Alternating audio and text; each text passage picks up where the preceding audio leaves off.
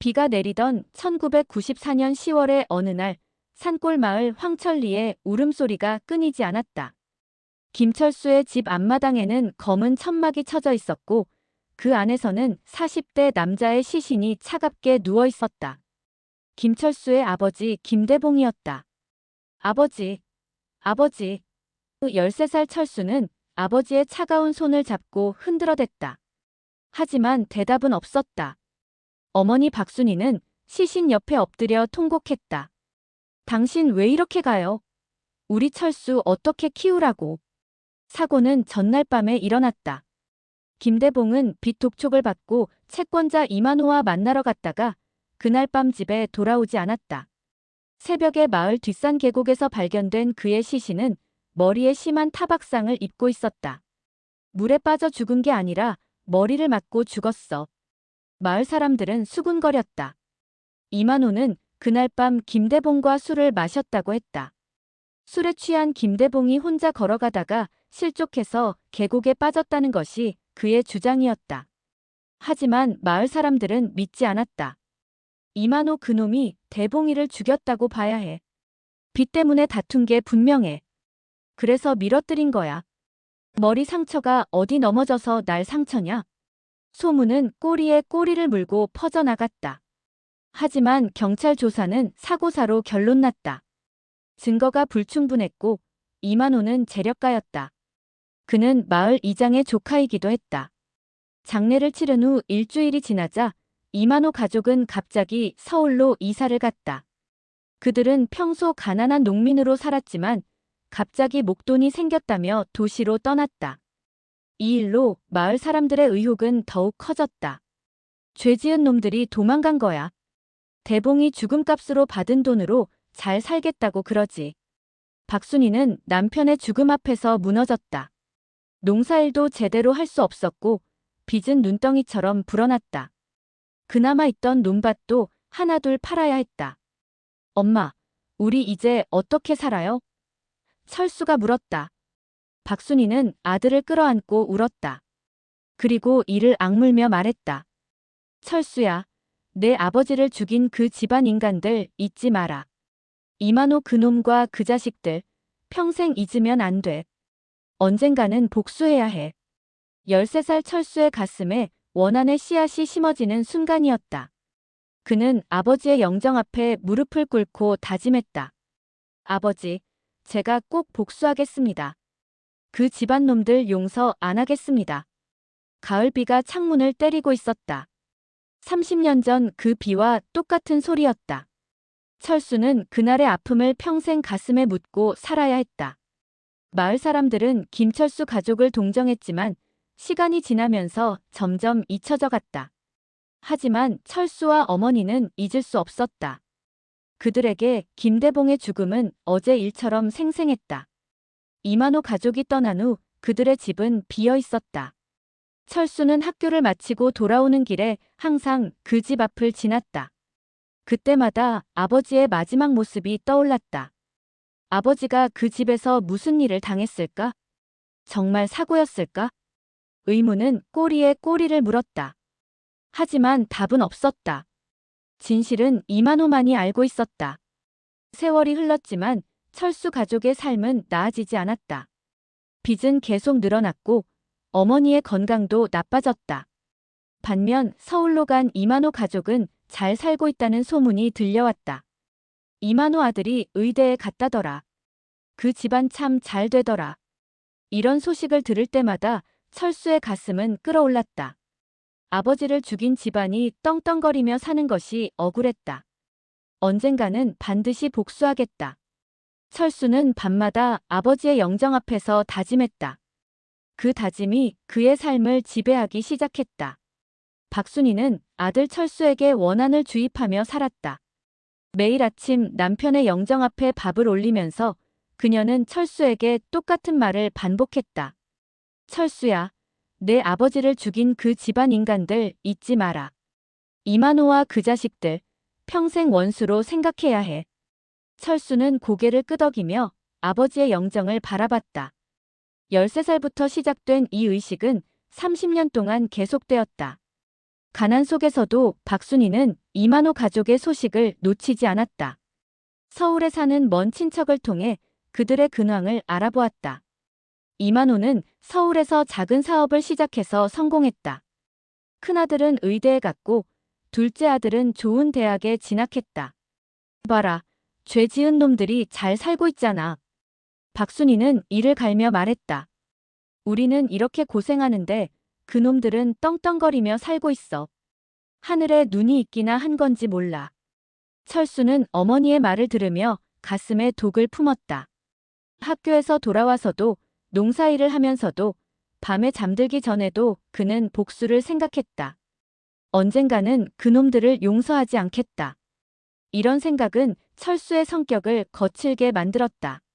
학교에서 친구들과 자주 싸웠고 선생님들에게도 반항적이었다.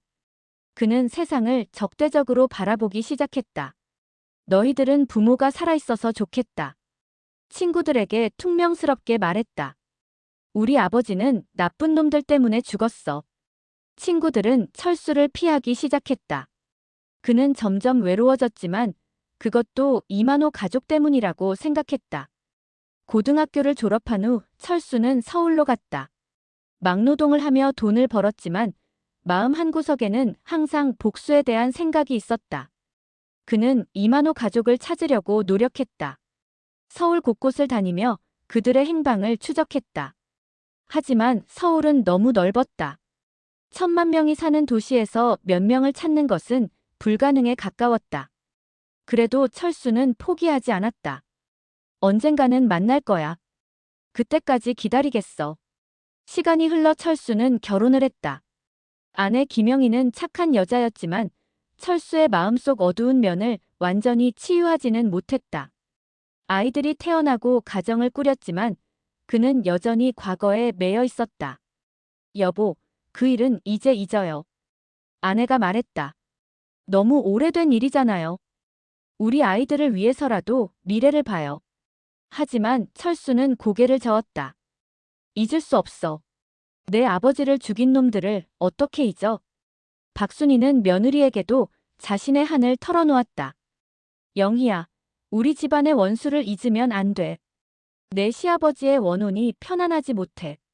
그놈들이 잘 살고 있는 동안 우리는 고생만 하고 있어. 젊은 며느리는 시어머니의 말을 들으며 마음이 무거웠다.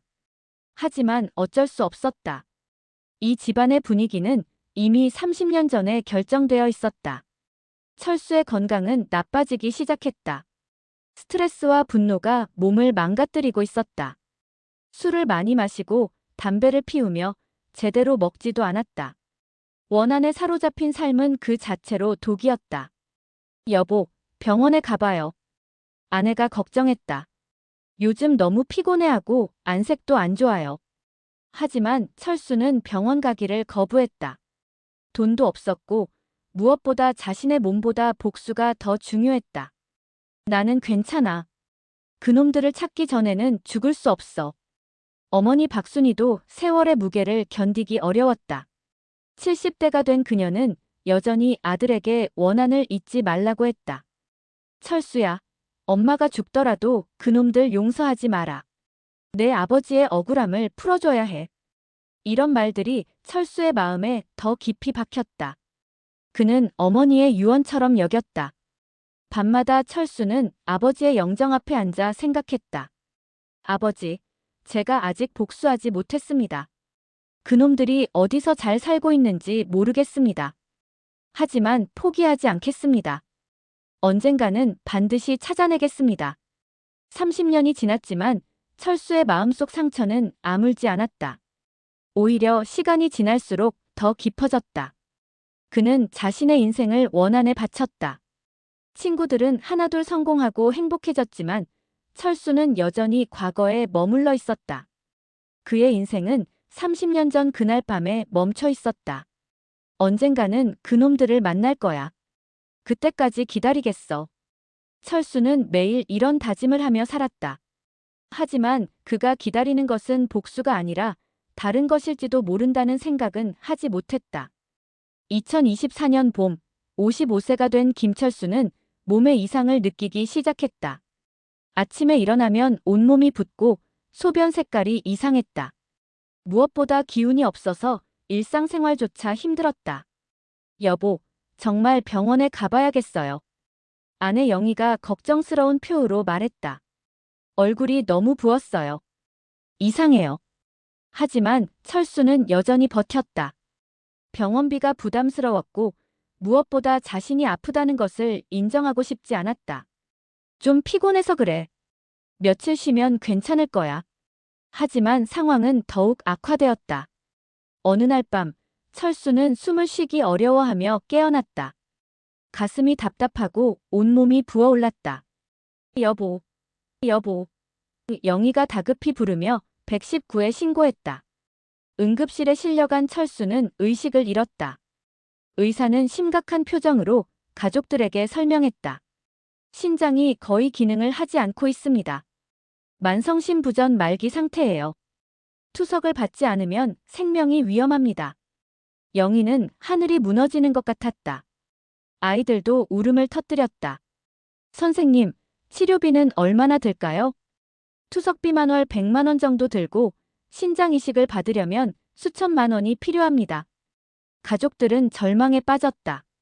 그들에게는 그런 돈이 없었다.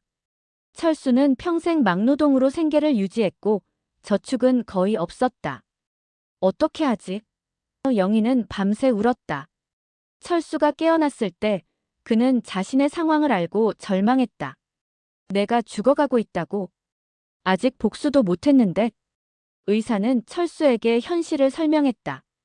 신장 이식을 받지 않으면 몇 년 살기 어렵습니다. 하지만 이식 대기자가 많아서 몇 년을 기다려야 할 수도 있어요. 철수는 천장을 바라보며 한숨을 쉬었다. 자신이 죽는다는 것보다 복수를 하지 못한다는 것이 더 괴로웠다. 하늘이 나를 버린 건가? 아버지의 원한을 풀어드리지 못하고 죽는 건가? 가족들은 돈을 마련하기 위해 발버둥쳤다. 집을 팔고 친척들에게 돈을 빌리고 대출을 받았다. 하지만 턱없이 부족했다. 엄마, 우리 아버지 어떻게 되는 거예요? 큰아들이 물었다. 모르겠다. 정말 모르겠어. 영희는 울음만 터뜨렸다. 박순이는 아들의 병실을 지키며 원망했다. 하늘이 우리 집안만 미워하나? 이만호 그놈들은 잘 살고 있는데 우리는 왜 이런 고생을 해야 하나? 철수는 투석을 받으며 살았지만 날마다 몸이 약해졌다. 이식을 받지 못하면 언젠가는 죽을 것이라는 것을 알고 있었다.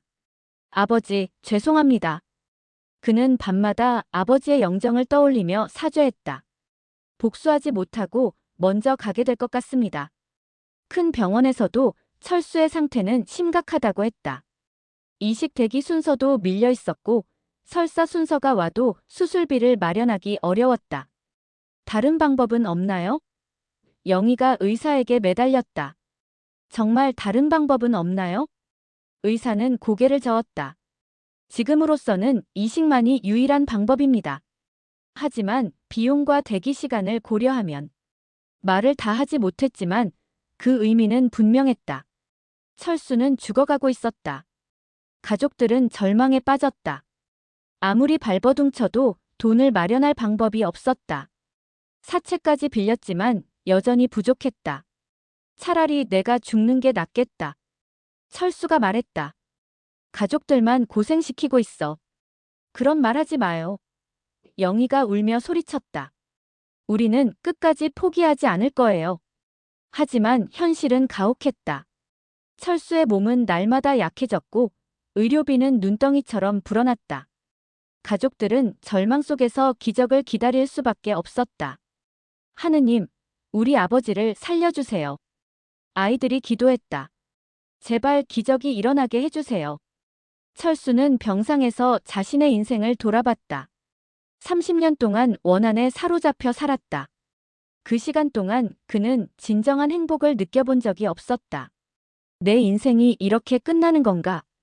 복수도 못하고 가족들에게 짐만 되고 절망 속에서 철수는 죽음을 받아들이기 시작했다.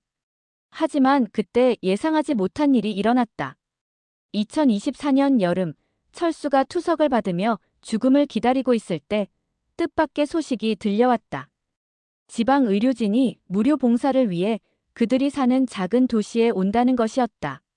여보, 한번 가봐요. 영희가 말했다.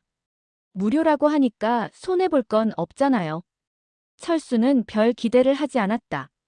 자신의 병은 이미 큰 병원에서도 포기했을 정도로 심각했다.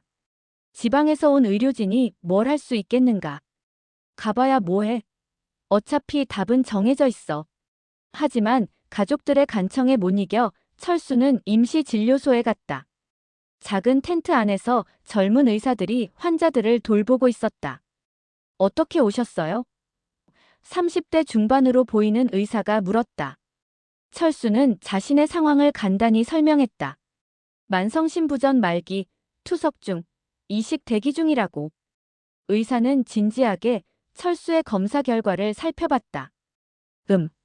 상태가 심각하네요. 어느 병원에서 치료받고 계신가요? 철수는 병원 이름을 말했다. 의사는 고개를 끄덕였다. 제가 아는 병원이네요. 좋은 곳이죠. 그런데 이식 대기가 얼마나 걸린다고 하던가요? 2-3년은 걸릴 것 같다고 하더라고요. 그것도 운이 좋으면. 의사는 잠시 생각에 잠겼다. 혹시 서울로 이송되는 것은 고려해 보셨나요? 서울의 큰 병원에서는 이식 프로그램이 더 활성화되어 있어요. 철수는 고개를 저었다. 돈이 없어요. 서울에서 치료받을 여유가 없습니다. 의사는 철수의 상황을 자세히 물어봤다. 가족 상황, 경제 상황, 치료 경과 등을 꼼꼼히 확인했다. 선생님, 제가 한 가지 방법을 제안해 볼게요. 저희 병원에서 사회복지 프로그램을 운영하고 있어요. 경제적으로 어려운 환자들을 위한 것이죠. 철수는 믿을 수 없다는 표정을 지었다. 정말요? 그런 게 있어요? 네, 있습니다. 물론 심사 과정이 있지만 선생님 같은 경우라면 충분히 가능할 것 같아요. 의사는 구체적인 절차를 설명했다. 서울의 큰 병원으로 이송, 이식대기 등록, 수술비 지원 등이 포함되어 있었다. 하지만 이 모든 것이 공짜는 아니에요. 나중에 능력이 되면 조금씩 갚으면 됩니다. 그것도 무이자로요. 철수는 꿈을 꾸는 것 같았다. 그동안 절망만 있었는데 갑자기 희망의 빛이 보였다. 정말 저를 도와주실 건가요? 왜 저를 도와주시는 거죠? 의사는 잠시 머뭇거렸다. 그냥 의사로서 당연한 일이라고 생각해서요.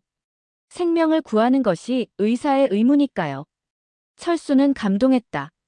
평생 남에게 도움받은 적이 없었는데 이렇게 큰 도움을 받게 되다니. 선생님, 감사합니다. 정말 감사합니다. 철수는 눈물을 흘렸다. 영희와 아이들도 울었다. 선생님, 성함이 뭐예요? 영희가 물었다. 나중에 보답하려면 알아야죠. 의사는 잠시 망설였다. 네. 이태준입니다. 이태준 선생님. 그 순간 철수의 얼굴이 굳어졌다. 이태준? 그 성씨가 익숙했다. 선생님, 고향이 어디세요? 황천리. 아시나요? 철수는 온몸에 전기가 흐르는 것을 느꼈다. 황천리, 그리고 이씨. 설마. 혹시 아버님 성함이? 이만호입니다. 철수는 그 자리에서 얼어버렸다. 30년 동안 찾던 원수의 아들이 눈앞에 있었다. 그것도 자신을 구원하려 하고 있었다. 왜 절 도와주시는 거죠? 철수의 목소리가 떨렸다. 이태준은 고개를 숙였다. 선생님이 김철수 씨죠? 김대봉 씨의 아들. 네, 맞습니다. 두 사람은 서로를 바라봤다. 30년 만의 만남이었다. 원수의 아들과 원수의 아버지를 잃은 아들의 만남. 선생님, 저는 그 일에 대해 죄송합니다. 이태준의 목소리가 떨렸다. 제가 어렸을 때 일이라 정확히 뭐가 일어났는지 모르지만 제 아버지가 선생님 아버지에게 잘못을 했다는 것은 알고 있습니다. 철수는 말을 할 수 없었다. 30년 동안 복수를 꿈꿔온 상대의 아들이 자신을 구원하려 하고 있었다. 이 상황을 어떻게 받아들여야 할지 몰랐다. 진료소 안은 정적이 흘렀다. 철수와 이태준은 서로를 바라보며 말을 잇지 못했다. 30년 전의 비극이 현재와 만나는 순간이었다. 선생님. 이태준이 먼저 입을 열었다. 제가 김철수 씨라는 것을 알고 일부러 찾아온 거 아니에요. 정말 우연입니다. 철수는 여전히 충격에서 벗어나지 못했다. 머릿속이 복잡했다. 그러면 당신은 이만호의 아들이군요. 네, 맞습니다. 이태준은 깊은 숨을 쉬었다. 선생님, 제가 먼저 말씀드릴 게 있어요. 앉으시겠어요? 철수는 의자에 앉았다. 다리에 힘이 빠져서 서 있을 수가 없었다. 저는 어릴 때 황천리를 떠났어요. 그때 제가 겨우 10살이었거든요. 부모님을 따라 서울로 갔죠. 하지만 자라면서 그날 밤에 무슨 일이 있었는지 알게 되었어요. 이태준의 목소리가 무거워졌다. 제 아버지가 선생님 아버지와 함께 술을 마셨다고 들었어요. 그리고 그날 밤 선생님 아버지께서 돌아가셨죠. 철수는 이를 악물었다. 당신 아버지가 우리 아버지를 죽였어요. 사고가 아니었어요. 분명히 죽인 거예요. 이태준은 고개를 숙였다.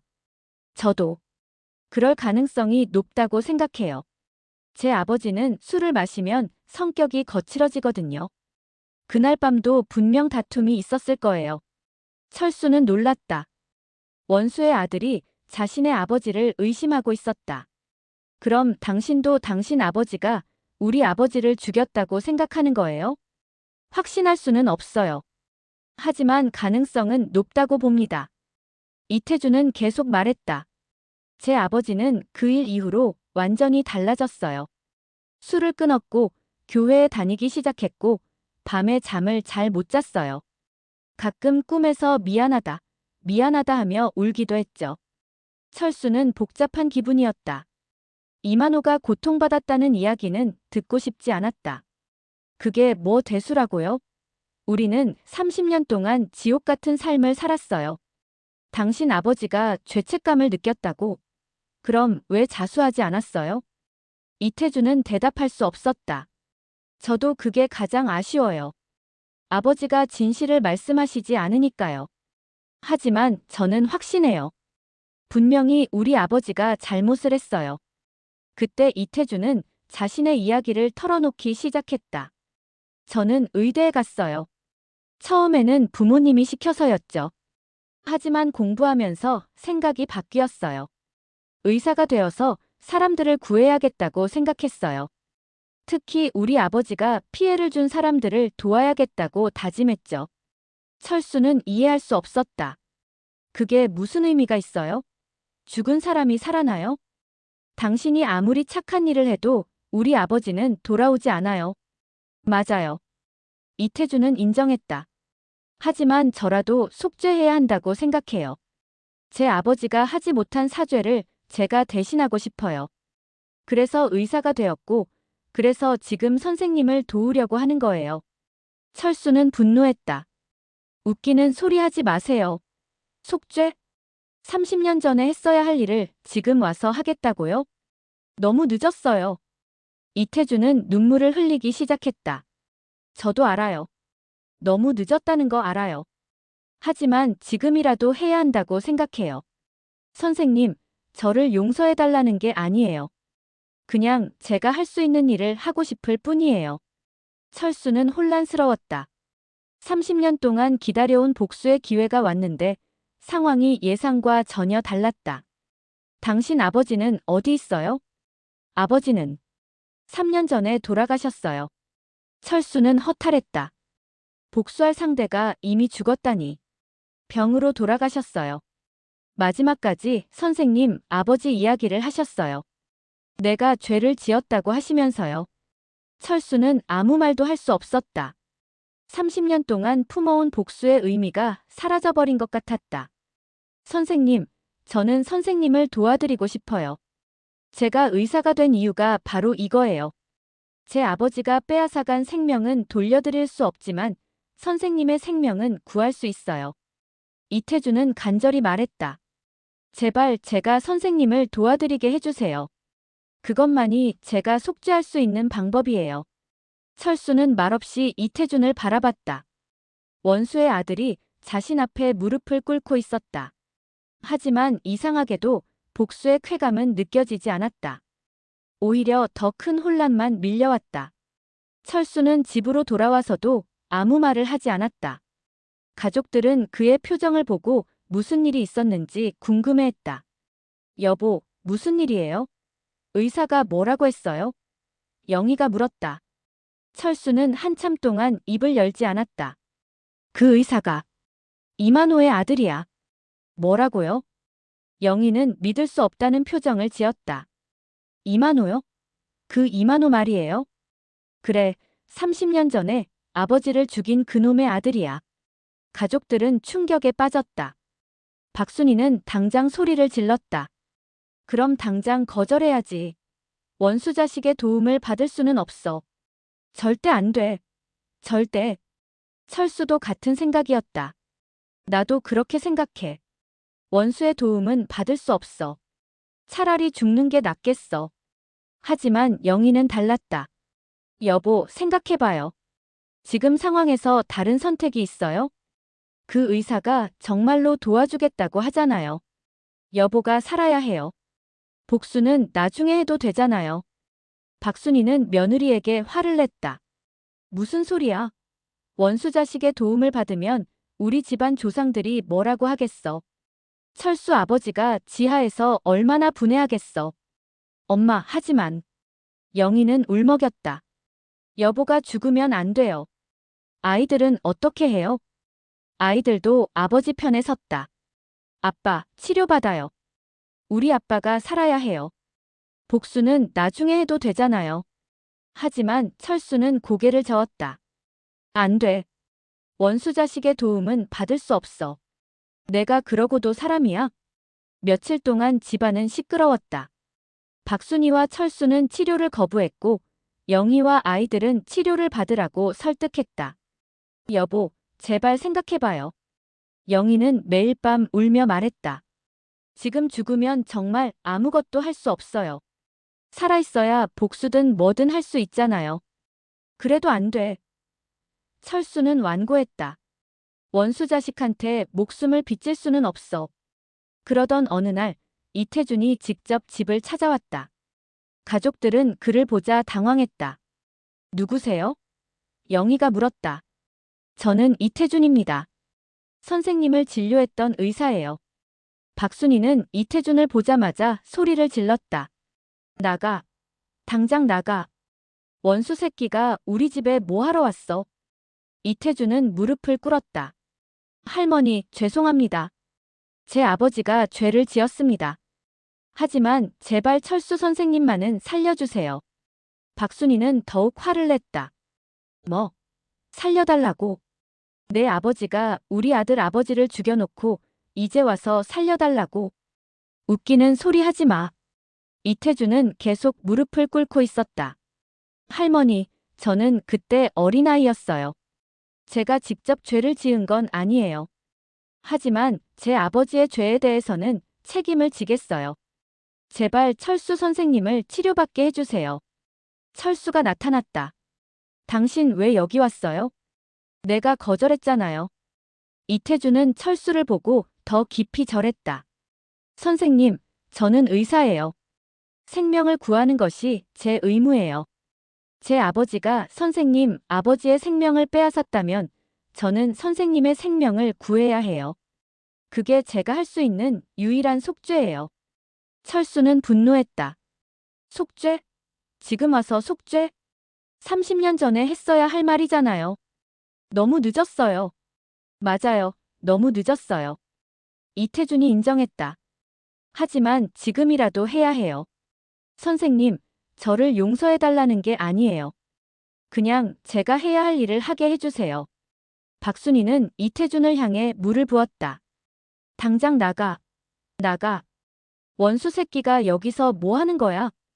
이태준은 물에 젖었지만 일어나지 않았다. 할머니, 철수 선생님이 죽으면 안 돼요. 아직 할 일이 많이 남아있잖아요. 가족들도 있고 살아야 할 이유가 있잖아요.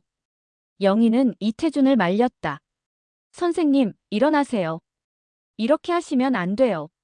하지만 이태주는 계속 무릎을 꿇고 있었다. 제가 선생님을 치료하지 못하면 제 인생도 끝이에요. 저는 이 일을 위해 의사가 되었거든요. 제발 기회를 주세요. 철수는 갈등했다. 마음으로는 치료를 받고 싶었다. 하지만 30년 동안 품어온 원한을 쉽게 버릴 수는 없었다. 안 돼요. 철수가 말했다. 당신의 도움은 받을 수 없어요. 차라리 죽겠어요. 이태주는 울음을 터뜨렸다. 선생님, 제발요. 저에게 속죄할 기회를 주세요. 제가 무릎 꿇고 빌게요. 가족들은 이 광경을 보며 복잡한 심정이었다. 원수의 아들이 자신들 앞에서 무릎을 꿇고 빌고 있었다. 철수는 하늘을 보며 한숨을 쉬었다. 아버지, 저 어떻게 해야 하나요? 마음속으로 아버지에게 물었지만 답은 없었다. 이태준이 무릎을 꿇고 있는 동안 철수의 집안은 혼란에 빠졌다. 박순이는 계속 이태준을 쫓아내려 했고 영희와 아이들은 치료를 받으라고 설득했다. 여보, 제발 생각해봐요. 영희는 눈물을 흘리며 말했다. 지금 이 상황에서 자존심이 뭐가 중요해요? 여보가 살아야 아이들도 살아요. 큰아들도 아버지에게 매달렸다. 아빠, 우리는 아빠가 필요해요. 아빠가 없으면 우리는 어떻게 살아요? 하지만 박순이는 완강했다. 안 돼. 절대 안 돼. 원수 자식의 도움을 받으면 조상들이 뭐라고 하겠어. 철수야, 내가 죽더라도 자존심은 지켜야 해. 철수는 극심한 갈등에 빠졌다. 한편으로는 살고 싶었다. 아내와 아이들을 위해서라도 살아야 했다. 하지만 다른 한편으로는 30년 동안 어머니로부터 들어온 가르침을 무시할 수 없었다. 원수는 죽어도 용서하지 마라. 어머니의 목소리가 귓가에 맴돌았다. 이태주는 3시간 동안 무릎을 꿇고 있었다. 무릎이 아팠지만 일어나지 않았다. 선생님, 저는 정말 진심이에요. 제 아버지의 죄를 제가 갚고 싶어요. 제발 기회를 주세요. 이때 마을 사람들이 하나둘 모여들기 시작했다. 소문이 퍼진 것이다. 저게 이만호 아들이래. 30년 만에 나타났네. 의사가 되었다더라. 사람들의 시선이 부담스러웠다. 철수는 더욱 곤란해졌다. 선생님, 사람들이 보고 있어요. 영희가 걱정했다. 일단 들어가시죠. 하지만 이태주는 움직이지 않았다. 저는 여기서 답을 들을 때까지 기다리겠어요. 밤이 되어도 며칠이 걸려도 기다리겠어요. 박순이는 더욱 화가 났다. 저 뻔뻔한 놈 좀 봐. 우리를 곤란하게 만들려고 작정했나 봐. 하지만 마을 사람들의 반응은 달랐다. 저 젊은이가 진심인 것 같은데. 의사가 되어서 사죄하러 온 거 아냐? 철수도 치료받는 게 좋겠어. 사람들의 말을 들으며 철수는 더욱 혼란스러웠다. 해가 지고 밤이 되었다. 이태주는 여전히 무릎을 꿇고 있었다. 선생님, 추워요. 들어가세요. 영희가 말했다. 이러다 감기 걸려요. 아니에요. 저는 괜찮아요. 이태준의 목소리는 떨리고 있었다. 추위 때문이었다. 철수는 마음이 약해지기 시작했다. 30년 동안 원수라고 생각했던 사람의 아들이 자신을 위해 이렇게까지 하고 있었다. 정말 진심인가? 아니면 다른 목적이 있는 건가? 밤 12시가 되었다. 이태주는 9시간 동안 무릎을 꿇고 있었다. 선생님. 이태준이 갑자기 소리쳤다. 저는 어릴 때부터 이 일을 생각하며 살았어요. 제 아버지가 죄를 지었다는 것을 알고 의사가 되었어요. 선생님을 찾아서 도움을 드리려고 했어요. 오늘 만난 것도 우연이 아니에요. 저는 계속 선생님을 찾고 있었어요. 철수는 놀랐다. 나를 찾고 있었다고? 네. 저는 황천리 출신이라고 하면서 선생님을 찾아다녔어요. 드디어 찾았어요. 드디어. 이태주는 울면서 말했다. 선생님, 저에게 속죄할 기회를 주세요. 제가 선생님을 치료하지 못하면 제 인생은 의미가 없어요. 철수의 마음이 흔들리기 시작했다. 정말 나를 찾고 있었다고? 네. 몇 년 동안 찾았어요. 이때 영희가 철수에게 속삭였다. 여보, 이 사람 진심인 것 같아요. 그리고 여보가 죽으면 복수도 못해요. 살아있어야 뭐든 할 수 있잖아요. 철수는 갈등했다. 어머니의 가르침과 가족의 설득 사이에서 흔들렸다. 새벽 3시가 되었다. 이태주는 12시간 동안 무릎을 꿇고 있었다. 선생님. 이태준의 목소리가 약해졌다. 저는 정말 죄송해요. 제 아버지 대신 사죄해요. 제발, 제발 용서해 주세요. 철수는 더 이상 견딜 수 없었다. 30년 동안 꿈꿔온 복수가 이런 모습일 줄은 몰랐다. 일어나요. 철수가 말했다. 일어나서 들어와요. 이태준은 믿을 수 없다는 표정을 지었다. 정말요? 정말 치료받으실 거예요? 철수는 고개를 끄덕였다. 하지만 조건이 있어요. 저는 당신을 용서하지 않을 거예요. 치료는 받겠지만 원하는 그대로예요. 이태준은 눈물을 흘리며 고개를 끄덕였다. 네, 알겠어요. 용서해달라는 게 아니에요. 그냥 제가 할 일을 하게 해주세요. 박순이는 아들을 원망스럽게 바라봤다. 철수야, 정말 이래도 되는 거냐? 내 아버지가 지하에서 울고 있을 거야. 철수는 어머니에게 말했다. 엄마, 저도 살아야 복수를 하죠. 죽으면 아무것도 할 수 없어요. 일단 치료받고 나중에 생각해봐요. 박순이는 울음을 터뜨렸다. 내가 뭘 위해 살았나? 30년 동안 원한을 품고 살았는데. 하지만 결국 가족들의 뜻을 따랐다. 철수는 치료를 받기로 결심했다. 이태주는 감격해서 눈물을 흘렸다.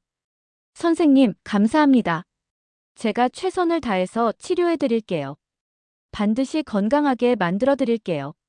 철수는 복잡한 마음으로 이태준을 바라봤다. 당신을 믿는 건 아니에요. 그냥 다른 선택이 없을 뿐이에요.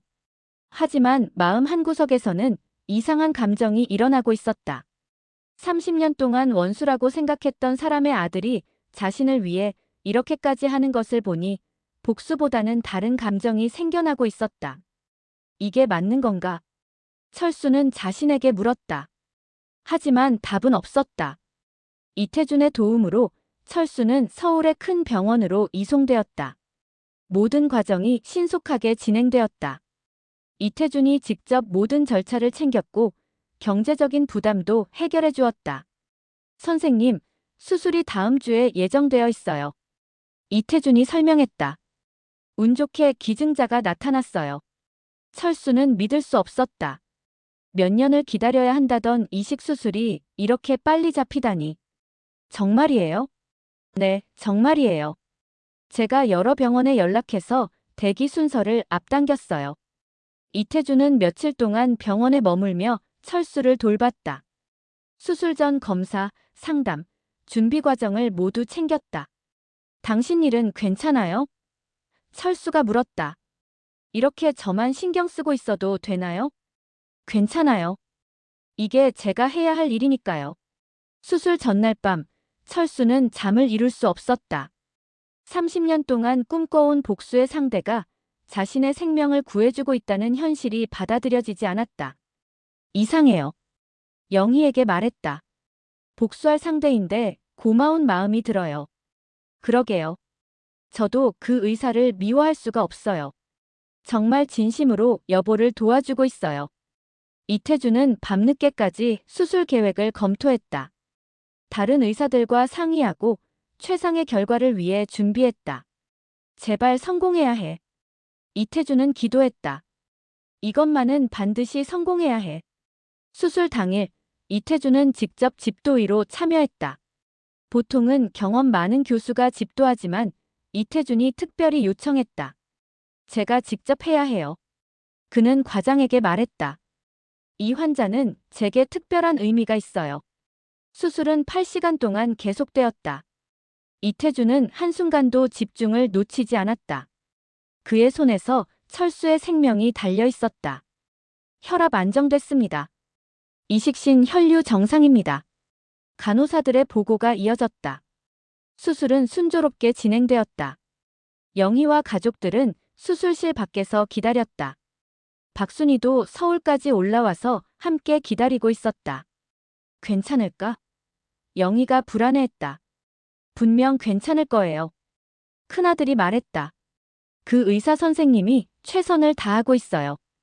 박순희는 복잡한 심정이었다. 원수 자식이 우리 철수를 살리고 있어. 이게 무슨 일인지. 오후 6시 드디어 수술이 끝났다. 이태준이 수술복을 입은 채로 나타났다. 성공했어요. 그의 첫 마디였다. 완전히 성공했어요. 가족들은 울음을 터뜨렸다. 정말요? 정말 성공한 거예요?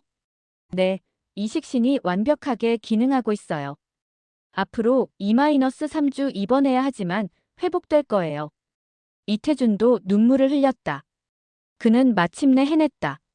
자신이 평생 꿈꿔온 일을 해낸 것이다.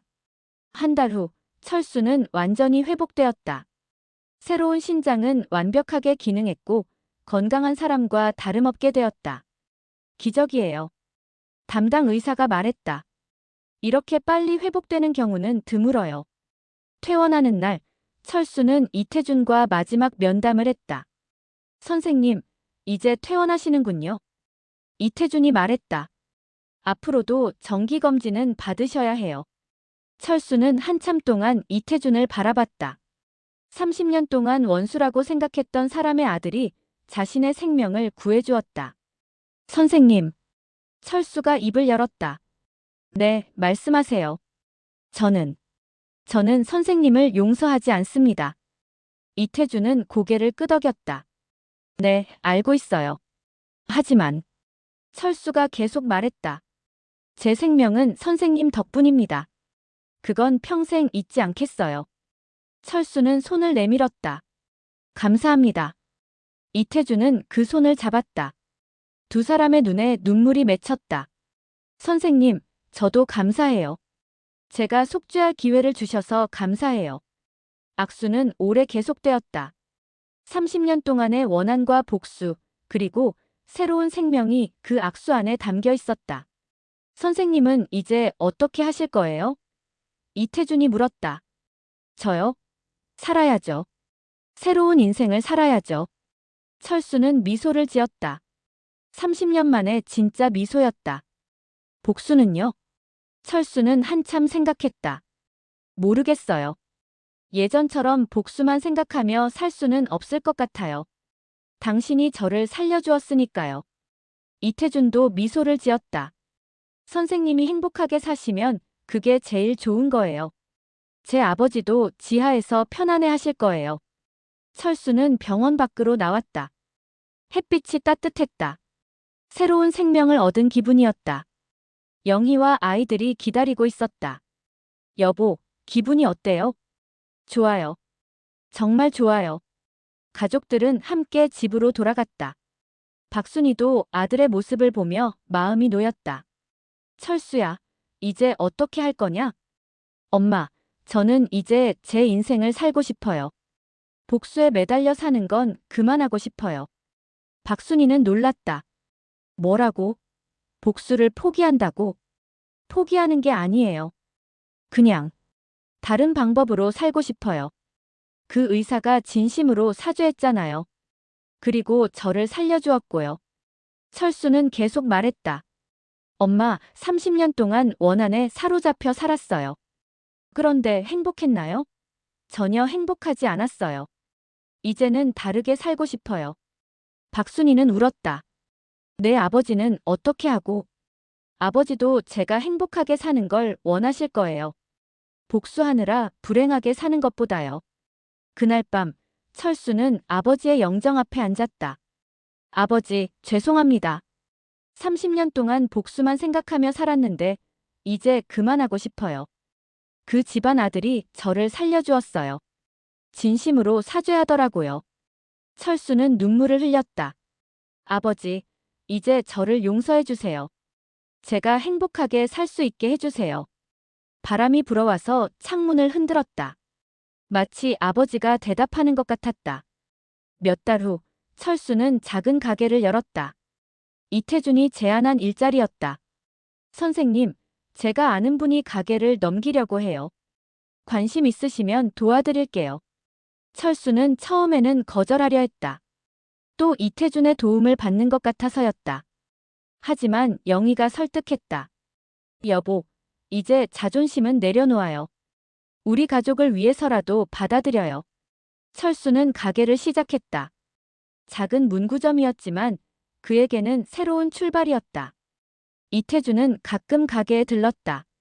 처음에는 어색했지만 점점 자연스러워졌다. 선생님, 장사 잘 되세요? 덕분에 잘 되고 있어요. 제가 또 도움이 필요하면 언제든 연락하세요. 어느 날 철수는 이태준에게 물었다. 선생님, 왜 이렇게까지 해주세요? 이제 충분히 속죄했잖아요. 이태준은 미소를 지었다. 선생님이 행복해지는 것을 보는 게 제일 큰 기쁨이에요. 그리고 이제 저희는 원수가 아니라 친구가 된 것 같아요. 철수도 미소를 지었다. 친구. 그럴 수도 있겠네요. 1년 후 철수의 가게는 동네에서 유명해졌다. 친절하고 성실한 사장으로 소문이 났다. 저분이 예전에 얼마나 무서웠는데 지금은 완전히 다른 사람이 됐어. 사람이 저렇게 변할 수도 있구나. 박순이도 아들의 변화를 보며 마음을 바꿨다. 철수가 행복해 보여서 다행이야. 복수보다는 이게 나은 것 같아. 어느 추석날 이태준이 가족과 함께 철수의 집을 찾았다. 선생님, 안녕하세요. 이태준의 아내와 아이들이 인사했다. 어서 와요. 철수도 반갑게 맞았다. 두 가족은 함께 식사를 했다. 30년 전 같았다면 상상할 수 없는 일이었다. 아빠, 이 아저씨가 아빠를 살려준 의사 선생님이에요? 철수의 둘째 아들이 물었다. 그래, 맞아.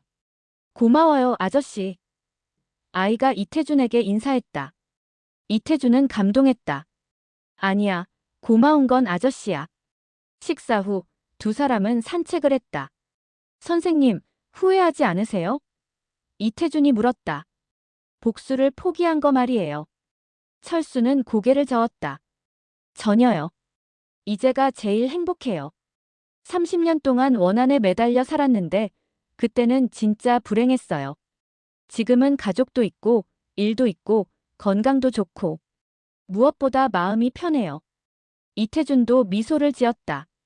저도 마찬가지예요. 선생님을 도와드릴 수 있어서 정말 기뻐요. 제 인생의 목표를 이룬 것 같아요. 해가 지고 있었다. 30년 전 아버지가 죽던 그날과 비슷한 석양이었다. 하지만 이제 철수의 마음은 평온했다. 아버지, 이제 편히 쉬세요. 저는 행복하게 살겠어요. 바람이 불어와서 두 사람의 머리카락을 흔들었다. 마치 축복하는 것 같았다. 카메라는 천천히 멀어지며 두 사람이 함께 걸어가는 모습을 담았다. 원수였던 두 가족이 이제는 친구가 되어 함께 웃고 있었다. 세월을 거슬러 이어진 증오는 사라지고 용서와 화해의 평화가 찾아왔다. 철수는 마침내 진정한 자유를 얻었다. 30년 동안 그를 괴롭혔던 원한의 사슬에서 벗어난 것이다. 그리고 이태준도 마침내 속죄를 완료했다. 아버지의 죄를 대신 갚고 새로운 생명을 구함으로써 진정한 평화를 찾았다. 두 사람의 이야기는 복수보다 용서가, 증오보다 사랑이 더 큰 힘을 가지고 있다는 것을 보여주었다. 그들의 자녀들은 이제 원수가 아닌 친구로 자랄 것이다. 30년 동안 이어진 악순환은 이렇게 끝이 났다. 석양이 완전히 지고 밤이 찾아왔다. 하지만 두 사람의 마음에는 새로운 희망의 빛이 타오르고 있었다. 진정한 용서는 이렇게 시작되는 것이다.